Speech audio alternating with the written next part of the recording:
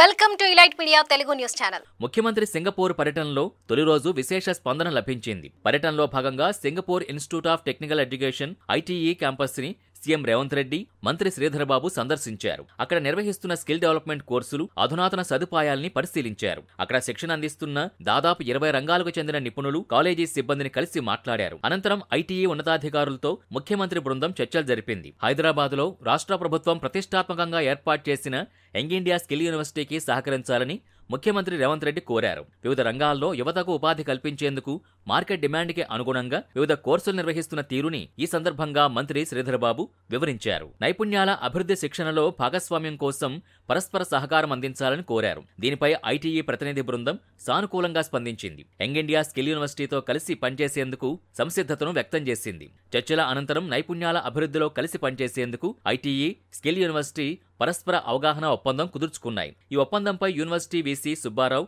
Singapore ITE ప్రతినిధి బృందం తరపున academic and admin services deputy director Parvinder Singh, IT education services deputy director Fabian Chiang సంతకాలు చేశారు. త్వరలోనే ఐటీఈ ప్రతినిధి బృందం హైదరాబాద్ను సందర్శించనుంది. కాగా ఈ రోజు ఉదయం సింగపూర్ విదేశాంగ మంత్రి వివిఎన్ బాలకృష్ణతో రేవంత్ రెడ్డి భేటీ అయ్యారు. గ్రీన్ ఎనర్జీ, మూసీ పునరుజ్జీవనం, పర్యాటకం, విద్య, ఐటీ, నైపుణ్య నిర్మాణంపై వారు చర్చించారు. సీఎంతో పాటు ఐటీ పరిశ్రమల శాఖ మంత్రి శ్రీధరబాబు, ఆ శాఖ ప్రత్యేక ప్రధాన కార్యదర్శి జయేష్ రంజన్ భేటీలో పాల్గొన్నారు.